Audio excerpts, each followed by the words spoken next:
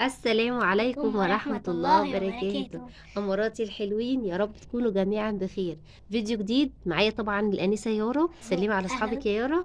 اهلا يا صحابي، وحشتوني قوي. قولوا بقى حطوا اللايك، حط اللايك وهنشوف مع بعض بقى إن شاء الله فيديو النهاردة إيه ماذا يوجد يبقى في فيها شنطة الامتحانات.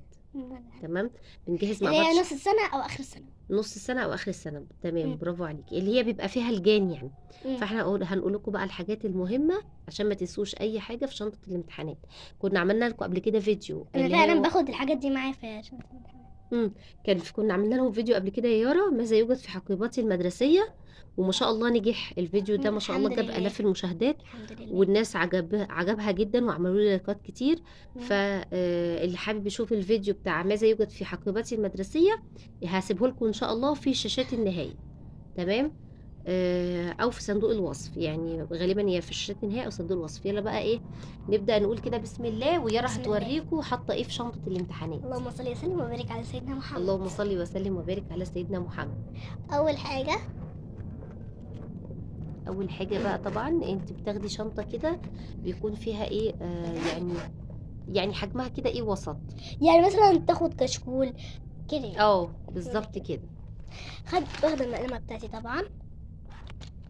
المقلمه بتاعتها البنسل كيس. تورينا برضو هي واخده فيها ايه. قلمين، 3 قلم جاف ما شاء الله. عشان هو قلمين جاف كفايه يعني. عشان بس الامتحان. بس والكور- الكوريكتور كده كده يا جماعه ممنوع في الامتحانات، فالكوريكتور شكله. المفروض ايه، المفروض نشيله. يلا تشيله. لا، نشيله. الكوريكتور ممنوع في اللجان، ممنوع في انا ما كنتش امتحانات اعرف، اللجان. بس لما عرفت خلاص مش هتتداول. فهي خلاص كده ايه هتشيله. تمام. بعد كده قلمين رصاص، يعني هتاخد قلمين جاف وقلمين وقلمين رصاص. رصاص. وطبعا هي بتكتب برصاص الاول كده بتتقل عليه بالجاف.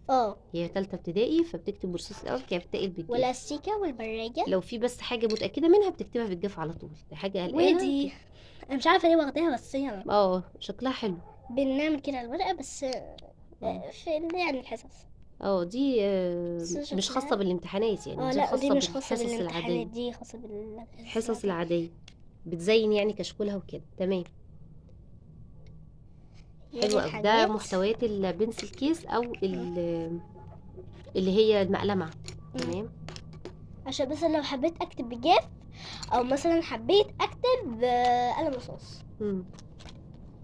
بس طبعا ده اكيد ان احنا بنكتب في قلم جاف، بالقلم الجاف. بس هي دايماً. لو في حاجه مش متاكده مش حلها متاكده منها بتكتبها بالرصاص اكتبها الاول، بالرصاص وبعد كده اكتبها وبعد بالجاف. كده عشان لو انا كنت كاتبه بالجاف كده هشخبط بقى. عشان الكوريكتور ممنوع، صح. فكده هاخد شخبط. فيبقى شكل الورقه مش لطيف يعني. فهي عشان ما تشخبطش كتير بتكتب بالرصاص الاول، بس حاسبه عشان ما تهزيش الستاند وانت بتدخلي الحاجه في الشنطه. وبعد كده تاني حاجه المسطره طبعا. جميله المسطره الشفافه بقى، دي اساسيه عندنا في الماس او الرياضه. لازم تاخدوها في الماس او الرياضه، يعني خدوها يعني. ايوه طبعا، بتقيسي بيها بتستطري بيها. فالمسطره الشفافه دي بصراحه بتبقى حلوه ومفيده جدا. والميه الصغيره طبعا احنا هنبقى في رمضان هيخلص، صح؟ الامتحانات بعد رمضان. انا صايمه يا جماعه، انا صايمه. ربنا يتقبل. خلاص انت كبيره بقى يا رنا ما شاء الله. ودي ميه. الميه دي بقى علشان مثلا لو عطشت في اللجنه او كده. تمام، ساعتها هيبقى رمضان خلص. وايه تاني؟ ودي اللي بننضف بيها الايدين.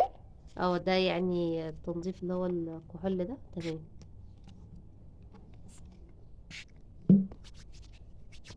بعد ما نخلص الامتحان كده بقى جميله يا رنا. طبعا مش هنعمل واحنا بنحل، عشان مش نعمل الورق، عشان مش تبهدلي الورقه يعني. دي هنعملها بعد لما نخلص كل حاجه واحنا مروحين كده. او مش هعملها يعني. انت واخده معاك احتياطي. احتياطي يعني مثلا لو ايدي اتعملت في حاجه تراب او اي حاجه. ايه تاني؟ في الباب بوك التاني في الجيب بقى اللي هو الصغير. واخده مناديل. معايا لحظه، واخده معايا 3 حاجات. شايفه مناديل يا جماعه. قلمين برضو. دول احتياطي بقى لو حد في اللجنه. وده مناديل اهو. والبوك ده انت مجمعة الصغنن. كل الحاجات اللي عندنا في البيت الأقلام كلها. مم. وانا بقول الأقلام تختفي تروح فين؟ تروح في شنطة الامتحانات. ودي اللي هي فيها المصروف. اه، والبوك بتاعها بقى طبعا بتبقى حاطة فيها ايه المصروف بتاعها، عايزة بقى تشتري حاجة بتاع كده. وكمان لحظة مش خلصنا الشنطة، باقي بقى السنادة. والسنادة دي جماعة ضرورية جدا جدا للأطفال اللي هم ضرورية جدا جدا اه جدا، في علشان ابتدائي. انتوا ابتدائي. لأن في ابتدائي، لكن في إعدادي تقريبا بياخدوا كراسة إجابة فمش بيحتاجوا السنادة، لكن في ابتدائي بيحتاجوا السنادة جدا، علشان الورقة امتحان بتبقى ورقة بس كده، فبيبقى صعب جدا انك انت تسندي على الديسك، بيكون مش احسن حاجة يعني، فلازم السنادة دي. لازم